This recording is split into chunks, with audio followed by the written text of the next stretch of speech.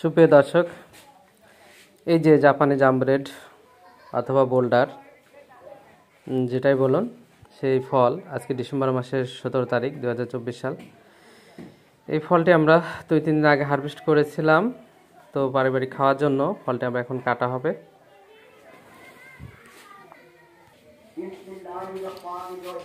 এই যে দেখুন, ফলটা কাটা হয়েছে, হাফ কেজির উপরে ছিল ফলটি।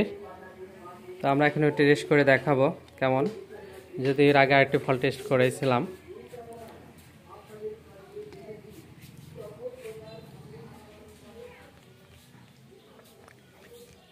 দর্শক, অসাধারণ টেস্ট, প্রচুর পরিমাণে মিষ্টি,